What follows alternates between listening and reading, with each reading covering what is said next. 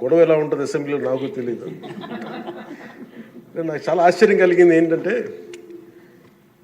ఆయన నేను ఇట్లాంటి గొడవలు టీవీల్లో గతంలో తెలంగాణ నరసింహన్ గారు గవర్నర్గా ఉన్నప్పుడు ఉమ్మడి రాష్ట్రం అప్పుడు గొడవలు చూశాను, టీవీలో చూసామని. అట్లీస్ట్ దానికి ఒక కారణం ఉండిందో ఇంకో 100 విభేదించే పరిస్థితులు ఉన్నాయి. ఇక్కడ విభేదించడానికి ఏముందో నాకు తెలియలేదు.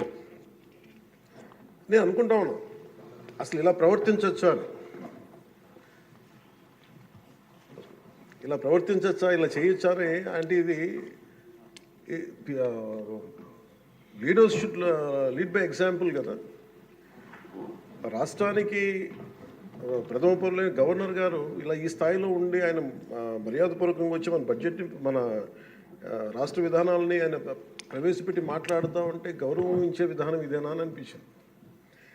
సో నేను మనోహర్ గారితో మాట్లాడుతాను, మా సహచరులను మంత్రి మన సివిల్ సప్లైస్ మినిస్టర్ గారితో నా రూల్ బుక్ మేమిద్దరు మాట్లాడుకుంటే rules of procedure and conduct of business in Andhra Pradesh legislative assembly ఏంటి సార్ ఇలాగే మాట్లాడేస్తారంటే దాంట్లో చూపించాను. చాప్టర్ 5లో when the House assembles under Article 175 or 176 of the Constitution, every member shall maintain the dignity and solemnity of the occasion before, during or after the Governor's address and shall not obstruct or interrupt the address in any manner. Maintenance of dignity and solemnity at Governor's address అనేది చాలా స్పష్టంగా ఈ rule బుక్లో ఉంటే మనమే రూల్స్ని implement చేయాల్సిన వాళ్ళం. వారికి సంఖ్యాబలం ఉందా లేదా పక్కన పెడితే every member of this house has a responsibility to follow the rules. మనమే కనుక రూల్స్ని బ్రేక్ చేస్తే ఇంక మన ప్రజలకి కానీ చూసే వాళ్ళకి ఏం చెప్తాం. నాకు చాలా కాలం క్రితం నేను అప్పుడప్పుడు మనోహర్ గారిని అడుగుతూ ఉంటాను, సరే అసెంబ్లీలో ఇక్కడ ఏమి గొడవలు జరిగినా ఎందుకు కేసులు పడవని, ఇక్కడ ఏమి మీకు కొట్టుకో, ఇది నేను నాకు చాలా కామన్ మ్యాన్ ఒక ఇష్యూ, ఒక ఇంక్విజిటివ్నెస్.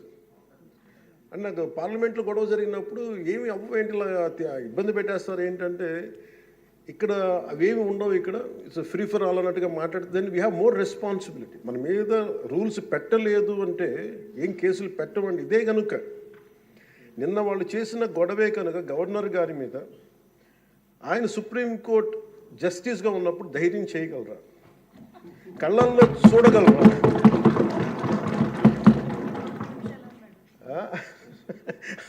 నాకు అది అనిపించింది. అంటే గౌరవించాల్సింది పోయి ఈ విధానం ఏంటనిపించింది.